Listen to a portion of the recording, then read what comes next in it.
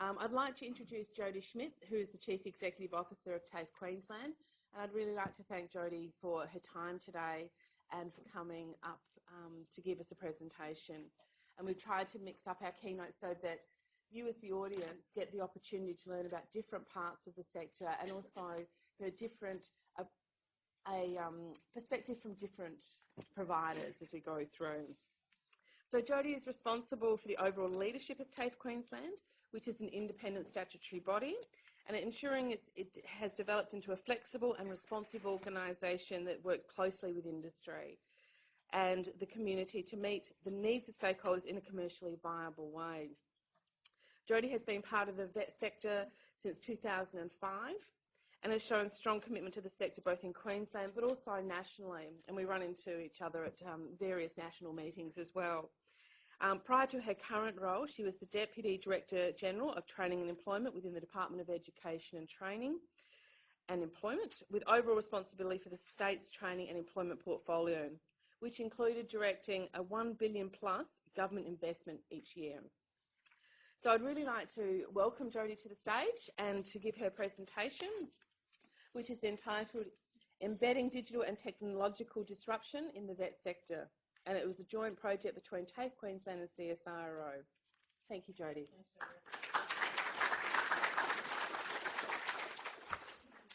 Thanks for the introduction, Jodi Ann, and good morning to everyone in the room. You all recovered well after the dinner last night by the looks of things, and there's some laughing from over there. It's a nice environment to have a conference discussion in, and a comfortable one for those of us who come from learning institutions, clearly. Before I get, presentation, sorry, I'll need some assistance, Jodi Ann, in terms of making my presentation work.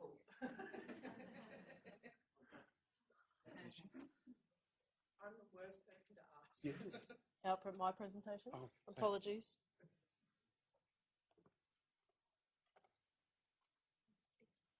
It's one of those things where you can tell the digital native post them on the That's okay. Thank you very much. As Jodi Ann said, we've got an interesting title to the presentation today, The Vet Era, Equipping Australia's Workforce for the Future Digital Economy. I'll give you a little background to the piece of research that we have undertaken. As Jodi Ann said, it's a collaborative piece of work between TAFE Queensland and CSIRO. And it really began off the back of CSIRO's piece of work that we all would have seen, Tomorrow's Digitally Enabled Workforce. And I want to introduce in a moment Claire Mason, who's from CSIRO, and her role is Digital Society Initiative Leader. She worked not only on the original piece of work, but has continued on a specific piece of work for the vet sector that tries to answer some key questions for us. The report, available later today, hopefully a good read for all of you. We're going to go through the research approach, deliver some of the findings in terms of the interesting things that we found in that regard, and then hopefully have a discussion with you around what it means for the sector and the way in which we need to interpret this information to really be ready for what's coming into the future. Of course, we hear all the time the impact of digital disruption, both on business models and employment models, are going to be key. The impact of disruption on the vet sector, both in terms of the way in which we run our business, but also the way in which we skill a workforce in order to deal with the changes to labour markets, is going to be a key thing. And our ability to be agile as a sector and respond, we'll see, is one of the key issues for us. So in very general terms, the overview, we had some key objectives to the work that I'll talk about in just a moment. We're going to analyse where the specific skills are going to be necessary in order to respond to the transitions that are showing themselves in terms of trends in workforce demand, the way in which vet can and should respond, and the implications for our workforces and as a facilitator of that process. To give you a very quick brief, when we were looking to how we might prepare our organisation, we looked for key partners to do this work. CSIRO was a logical partner for us, and we've worked together in a way where we've probably learnt a lot. Our organisation from CSIRO, and vice versa, Claire will say with much mirth. Claire says, and I know this all the time, and we talk about this in the sector, we have a very complex sector in which we work, and that complexity means that this discussion becomes a complex one. Our research questions are there on the board. What are the skills that will be in demand for the future? How will we provide and make sure we support the future workforce, and what are the implications for us? So I'm going to ask Claire to come and present the findings, and then I'll come back in terms of working through the interpretation. Thank you very much, Jodie, and thank you all for making it here this morning. So we're trying to understand what things are going to look like and what skills people are going to need in the future. And sad to say, the CSIRO researchers have yet to invent anything as cool as the TARDIS, although I have to say Wi-Fi was pretty good. So we've reverted to fairly traditional approaches to understand how things are going to play out. So one of the things we've done is a lot of modelling of the change in the occupational mix in the workforce and the associated skills and abilities required with that shift. We're also looking at reviews of the literature, and we carried out 24 interviews with representatives from key stakeholder groups, employers, vet providers, students, technology providers, government, researchers in the space, to get their thoughts on how vet would need to change to be ready for digital disruption. What have we learned from all that? The point of this graph and what it's showing you is change over time from 1991 to 2014 in the occupational mix of the workforce. And what you can see here is increased variability, and that blue shaded line covers the period of the GFC. The point I'm trying to make there is the GFC was a disruptive factor, one that Australia dealt with better than other countries, so there was certainly less variability for us than around the world. But it's just a little blip in this much larger disruption that we call digital disruption. And one of the key things is that digital technology is developing and being applied not just at an increasing rate, but at an exponentially increasing rate. What that means is it's not just changing how we do things, but more fundamentally, the value proposition associated with goods and services, which means that whole industry sectors are being transformed and wiped out, and that means large numbers of jobs being displaced. And in a more localised way. So it's going to be a difficult period of transition for the workforce. At the same time as we're seeing industry sectors being disrupted, we're also seeing advances in automation. What that means, according to the experts, is that 47% of the jobs that we currently do could be completely automated in 10 or 15 years. This is not to say that we won't need human workers. I'm still waiting for that fabulous period of leisure that's going to enter my life. What it really means is that the people who still do their jobs are going to be doing it very differently, so they'll need different skills. The people whose jobs don't exist anymore are going to need to reskill, and they're going to have to get ready for a whole new set of jobs that are going to be created because of the new way in which we'll be able to deliver goods and services in the future. So the big message here is there is going to be an enormous demand for reskilling and upskilling in the future. And sure, some of that can happen on the job, but the scale of this means that it's going to be a lot more formal training. And one of the factors that we heard really differentiates the vocational education training providers from other higher education providers is their workforce readiness focus. So what we're talking about here is technological disruption, which changes the practices that are needed to do your job in the workforce, and that's really what you guys are dealing with. So that's why we're calling this the vet era. So it's got to change. How is it going to change? Well, this first slide may not come as a big surprise. What this is showing you is the skills profile of the Australian workforce and how that's changed since 1987, which is the blue bar, to 2015. Skill level 1 and 2 are the highest levels, so that's roughly equivalent to diplomas and bachelor's degree, higher degrees. Skill level 4 has traditionally, until very recent times, been the very largest component of our workforce. So that's roughly equivalent to Certificate 2 and Certificate 3. But the change that we're seeing over time as our workforce becomes increasingly technologically enabled is a massive shift into the skill level 1 and 2 category. So very little growth in demand around the mid and lower levels of skills, and much greater growth in the high skills occupations.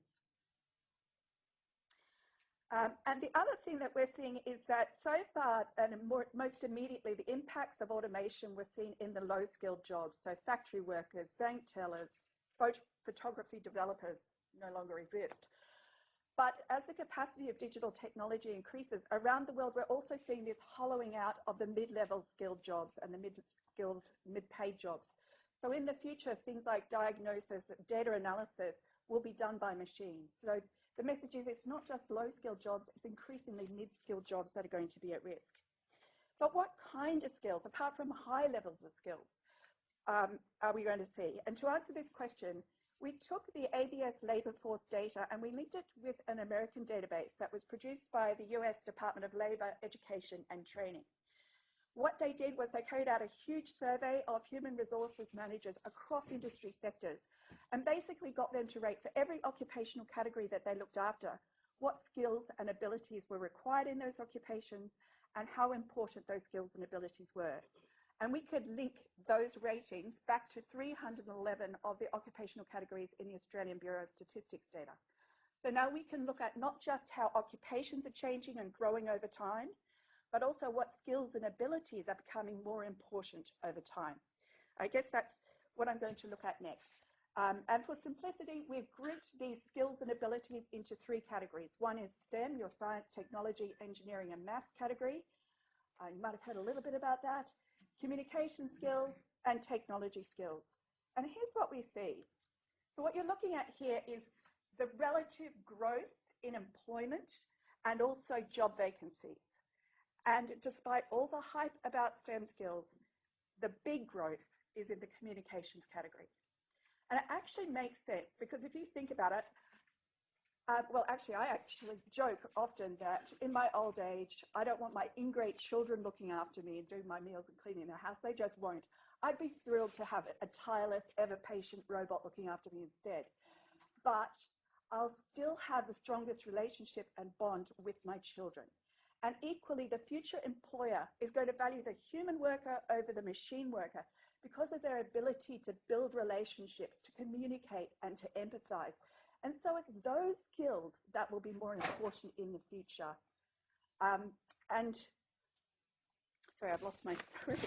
And when we talk about STEM skills, what our data is showing us is that it's not necessarily programming skills that are going to be important so much as the ability to work with technology, to be more productive with technology. So I'm going to break down each of these categories in a bit more detail because it's not a straightforward picture.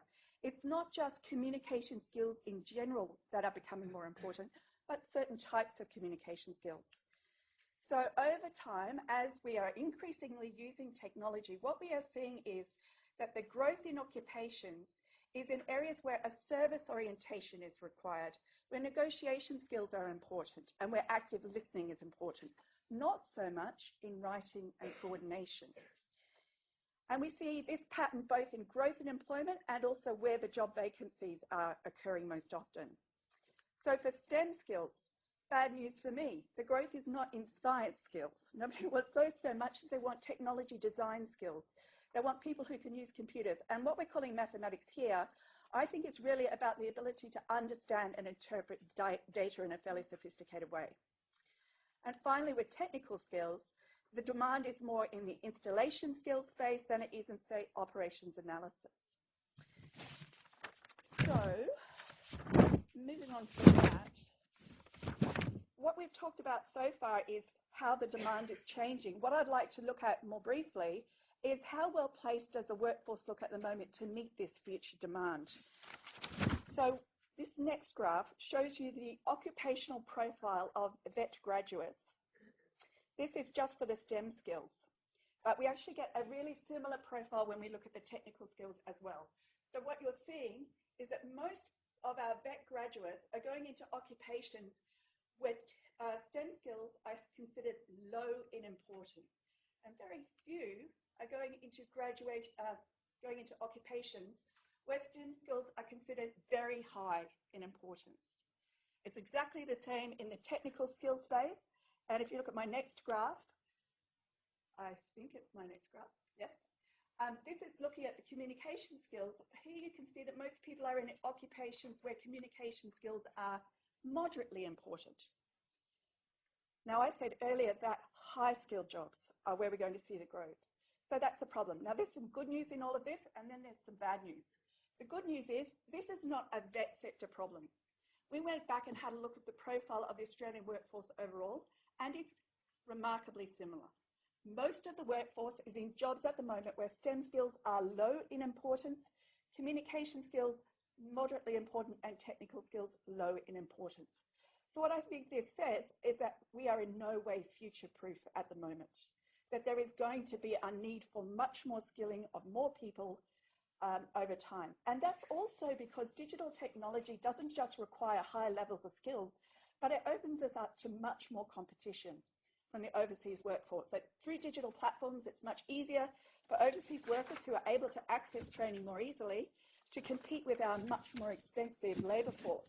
And so improving the quality of the skills profile, raising the availability of good vocational education and training is going to be critical for Australian workers to remain competitive in what is increasingly an international and high skills labour market.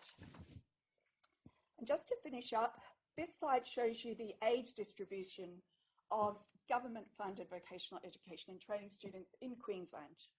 And what you can see is that we already have quite a diverse stream of students coming into the vet sector. So I think this tells us that people are already experiencing the need for upskilling and reskilling over the lifespan of their careers. But we would predict that digital disruption is going to result in a lot more flowing through from the older age groups. This is in part because labour market shocks are known to have a disproportionately high impact on older workers. So they're the most likely to be made redundant. So they're going to need to reskill.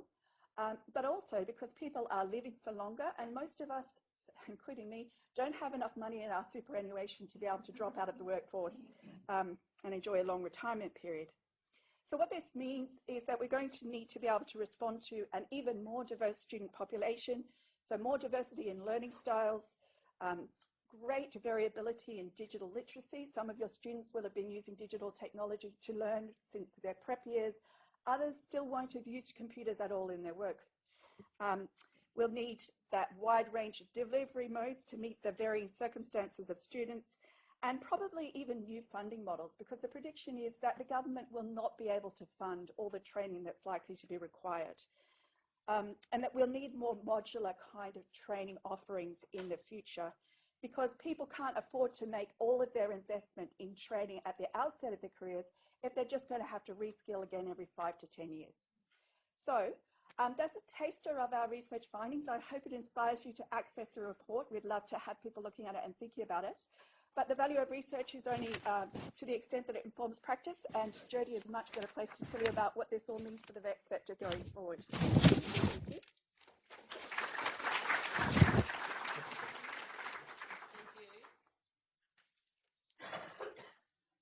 So as you can see, Claire does much better justice to the research than I could ever have done.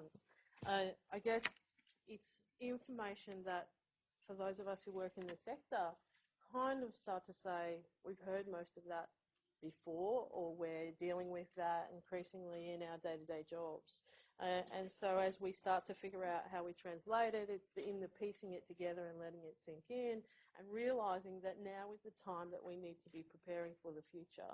And are we actively doing that? From my perspective, the dialogue in the vet space at this point in time has been much more focused on market settings, the here and now, than looking at how we're preparing as a sector to meet the skilling needs of the future. And I think part of the reason why we think this research is important is we want to move that discussion on. And so that is certainly the aim. It's really interesting to me to say we hear STEM all the time, and that STEM is going to be the game changer and we should all be becoming scientists and engineers and coding. And the level of analysis that's now been presented here, I guess, makes logical sense in terms of the key skill settings. And when we think about it and we talk about the practice that we have each day, we know that the communication skills, and particularly the ones that Claire pointed out in terms of active listening, negotiation, service orientation, mirrors what we see in the changing economy already. The profile of TAFE Queensland's delivery increasingly moving, as it has, through the transitioning economies to the service economy. Our top programs are in those service areas, and the service orientation that needs to be embedded in what we often refer to as the core skills of training packages are things that we need to really talk about. One of the things that Claire didn't get to in detail, and I'd welcome her as the discussion, is that as we start to look at what that means and how fast we will have to adapt to providing these underpinning skill sets all of the time as they progress, our ability as a sector to meet those needs and what is likely to happen in the marketplace in terms of production of the learning materials for that and what the specialism of the vet practitioner will be will change over time, and I'll talk about that a little bit more. It's one of those things that I'd love to explore with you. If we break down STEM, clearly the technology design, the use of data, and the ability to use computers rather than to code them was a key takeaway, certainly for me. And whilst technical skills, of course, in our sector will remain important, the focus will be on installation rather than maintenance. And today we probably teach a lot of maintenance, and that move to installation and engaging with the technology will absolutely be important. So those are the bits that are really easy to deal with. Key point, are our qualifications flexible enough to deal with this? Does a up to two year consultation process on agreeing curriculum or training packages facilitate what we need to be into the future? I guess that's the question. We move on from there.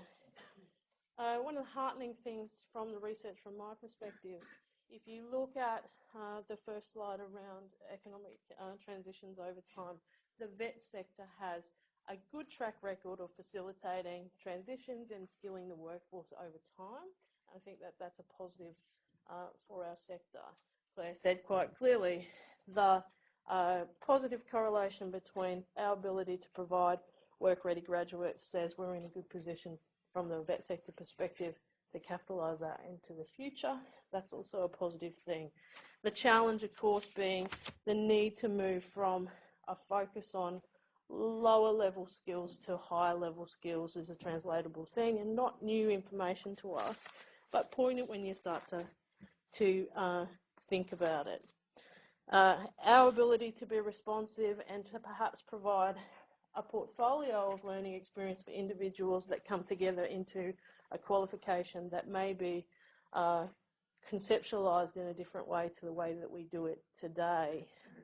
Said really simply, it's probably not one or two post-school qualifications, we know this, that lead to a job outcome that you stick with, but rather a set of skills that come together that make a portfolio of learnings over time. Easy to say, but when you really think about that, it's a challenge to many of the constructs of the sector in which we work, in which we work today. The profile of the age profile that Claire showed at the end of the students these days is already happening. Average age of student in TAFE Queensland has dramatically risen over the last number of years, with the vast majority of our students in the 24 to 44 year age category now. And we see that even split, if you would say, between 15 to 19 year olds, you're 19 to 25, 25 to 44, and then the 44 to 64s, as we see the reskilling and the continuing need to move, or what do they say these days, 8 to 9, or some will say 14 to 15 careers or jobs that you'll have in your working life. As I say, not new, but good to consider what our role, the vet sector, will be in that frame. Certainly, I think we need to reconceptualise the way in which we construct qualifications today. I think that's a key takeaway. When we then think, and the report goes into some detail about the impact on teaching and learning in this frame, and we don't have enough time to do it justice today. But in really simple terms, this assumption that the need, and maybe it's not everybody's assumption, that the increasing digital nature of delivery of training will in somehow reduce the need for educators into the future was certainly found in the research not to be the case. What digital disruption to our business will enable us to be more efficient in terms of delivery, enable us to provide to, I'm going to use the word consumers, and the intent is not to offend, but the way in which our resources are consumed will change. We know that, we see that already.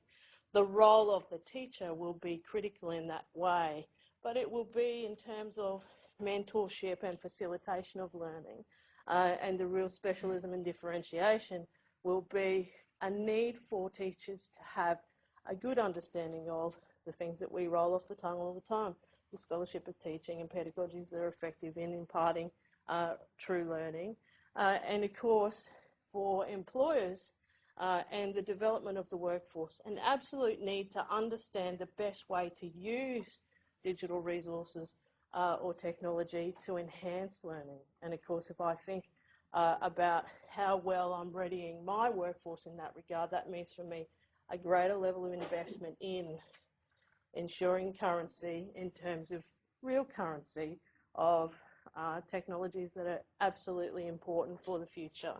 The absolute need for investment in time to ensure that educators are understanding and using digital pedagogies in a way that really adds value to the learning process, and the time to actually explore and innovate as individuals. So it changes perhaps where we've gone through, dare I say it, marketisation around reducing perhaps interventions in my observation to be the need to create and deliver training in a faster way. It needs to be more efficient, but with a greater depth of learning. Of course, there's a number of observations and further observations that I hope that you get out of the report.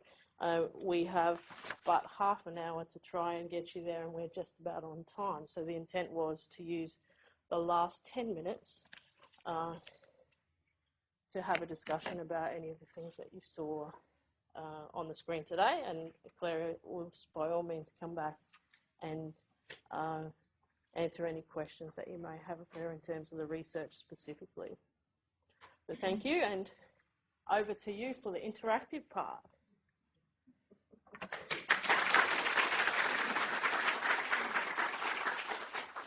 Well, thank you very much, Jodie and Claire. That was a terrific presentation. I think, given the media that I did yesterday and the Four Corners program, it's absolutely a topical and timely presentation as well. So I'll open it up to the floor. Are there any questions for either of our presenters?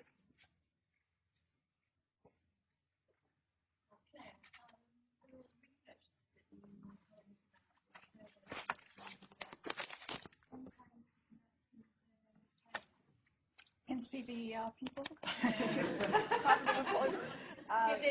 Peter, would you like to? Can I just, is that the ONET survey? Yes. Yes. There's a professor from England, Professor Embedding from the University of Sheffield, who has been funded to do a matching project between the ONET data and the ANSCO. So that should be... Which is what we've done. Yeah, so he's planning, I think, he's been doing it in the UK data as well. So there will be some, and I think we're planning on potentially doing some of that as well. And I think that raises a really excellent potential for collaboration. I feel friends being made in this room.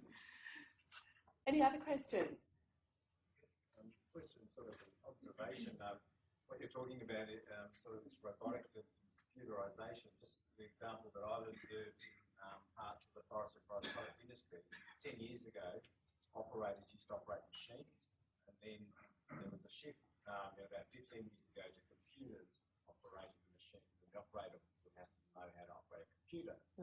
Now computers operate the computers that operate the machines, and now those computers are being monitored from America, where the machinery comes from, and they do their diagnosis of what happens if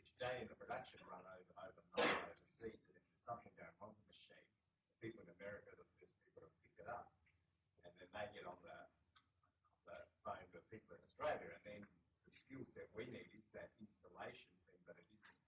And the technology design. Yeah. So how we adapt it for the local context or a different application. So no, we don't have to program it. We have to figure out how to adapt it and deploy it. Struggle to work out how to get those people to do that stuff, and it's like well beyond what most of our training in any area has got. So because it's leading edge. Yeah, I think it's such a shame that all this talk about coding has become the focus when it really needs to be exactly that kind of skill that we're focusing on. And I do think that is such a big part of what vocational education and training is about, that hands-on, practical, applied skill set. And you guys touch the largest proportion of the workforce in terms of higher education training. So it's huge.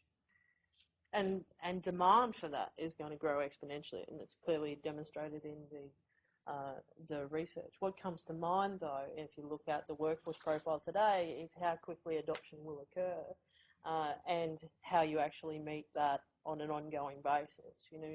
We know today that what needs to be delivered and contextualised for local employers will vary based on the technology adoption in a variety of different disciplines, and that won't be just a linear process where everybody adopts technology in that way.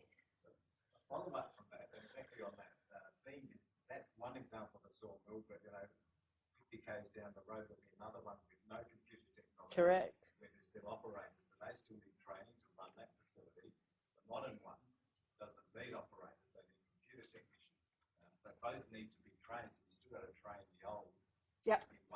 And that was a big message from the employers, is we don't want all the training to be delivered online and digitally. We don't necessarily have the best digital equipment ourselves, and we need people to work in remote locations where it's not available.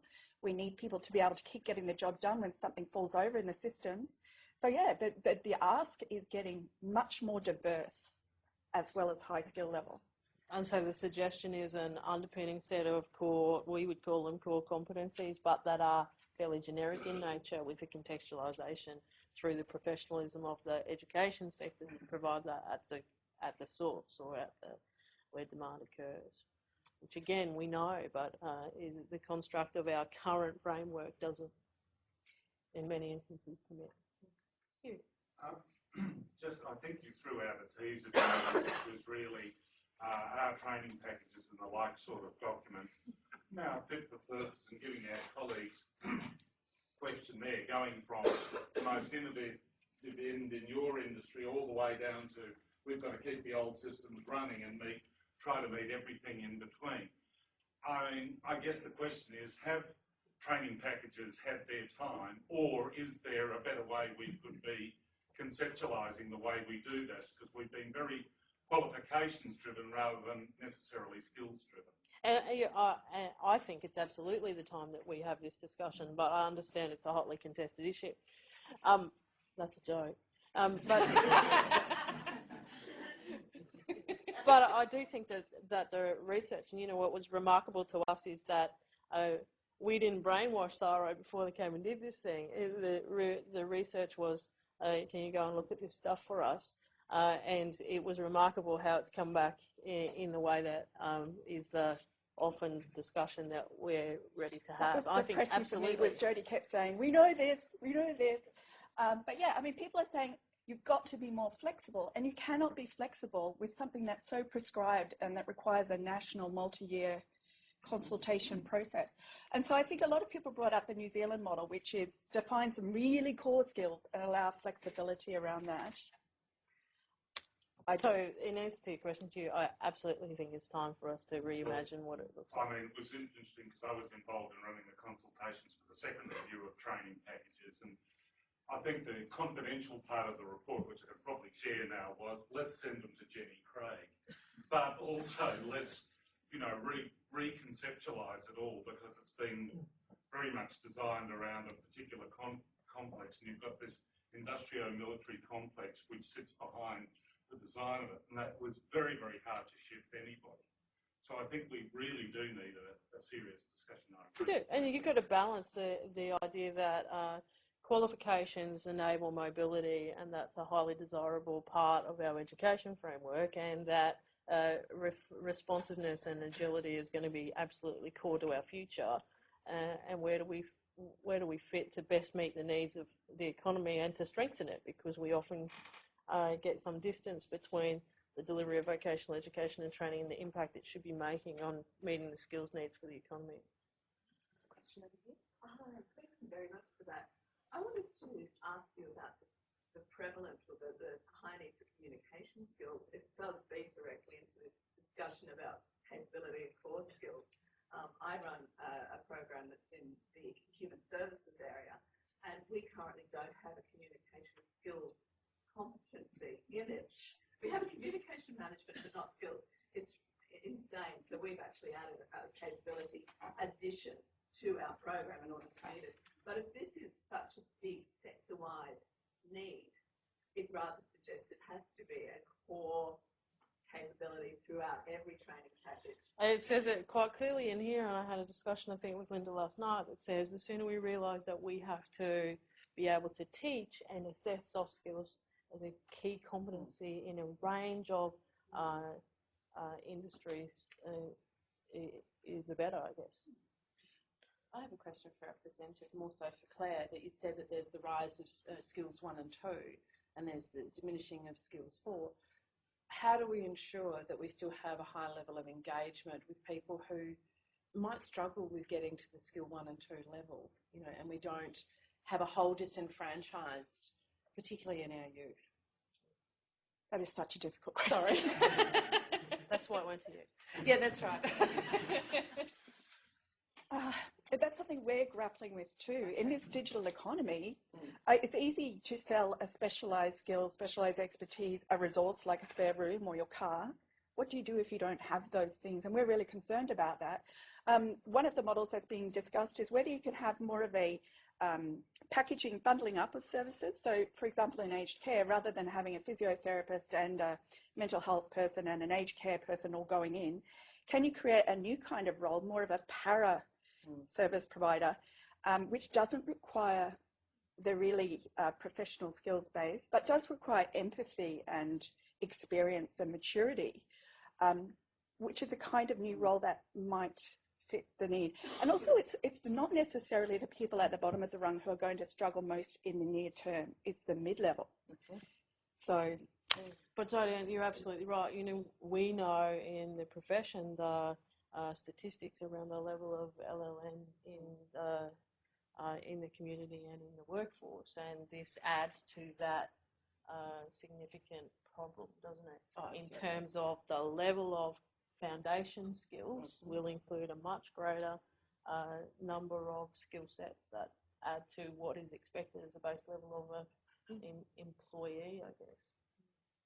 So, Jodi, just a question. We've identified now, I think we all have a bet, there's LLM, literacy, numeracy, and digital. And digital is actually moving, I think, higher. In your role as TAFE CEO, how are you going to ensure that your vet practitioners are actually in front of your students? Because what we're finding is that the students are well and truly in front of our practitioners, and we're really scrabbling to catch them up. Yep. To make sure they're actually teaching. You can. It is being taught by the students. I'll acknowledge it as a fundamental issue, right? There's a fundamental issue in that the digital literacy of my workforce isn't as high as we would like it to be, and it is the reflection that I was making around the need for us to invest highly in that. The way we are addressing that is that our capability framework has a large focus on that now, and that investment needs to be made immediately, or should have been some time ago, and we have in part, but that's transformation investment now will pay into the future. But Claire wanted to add something. yeah, I did, just because I thought a really important point that came out of the interviews was that educators are actually experiencing a double whammy of digital disruption, because they are the ones who have to keep up with best practice use of technology in the workplace. And they can't do that in a distant, theoretical kind of way. They have to be able to teach it to students who are going to make the system fail and fall over, and they have to be able to fix it. So that requires high level of competency in their own vocational domain. But simultaneously, the way in which you're delivering the training now is more digital, and that requires a digital pedagogy. So they're dealing with twice the amount of disruption. And there's a lot of talk about the fact that they're not necessarily very confident users of digital technology. I think it's a huge gap and probably the first place that we have to start making the investment to get ready. Absolutely true. So I'll finish up this session now, but Claire, you mentioned that this report's coming out today. Is that correct? So we have a number of USBs in the room circulating that have the report on it. Otherwise, it'll be available on a link, which you'll see in the Twitter feed sometime soon. So for those who aren't on Twitter, we will pop it up on the board. We'll force people up into Twitter. That's right, correct. We're actually going to make you into digital natives by doing it. So thank you so much to our presenters. That was a really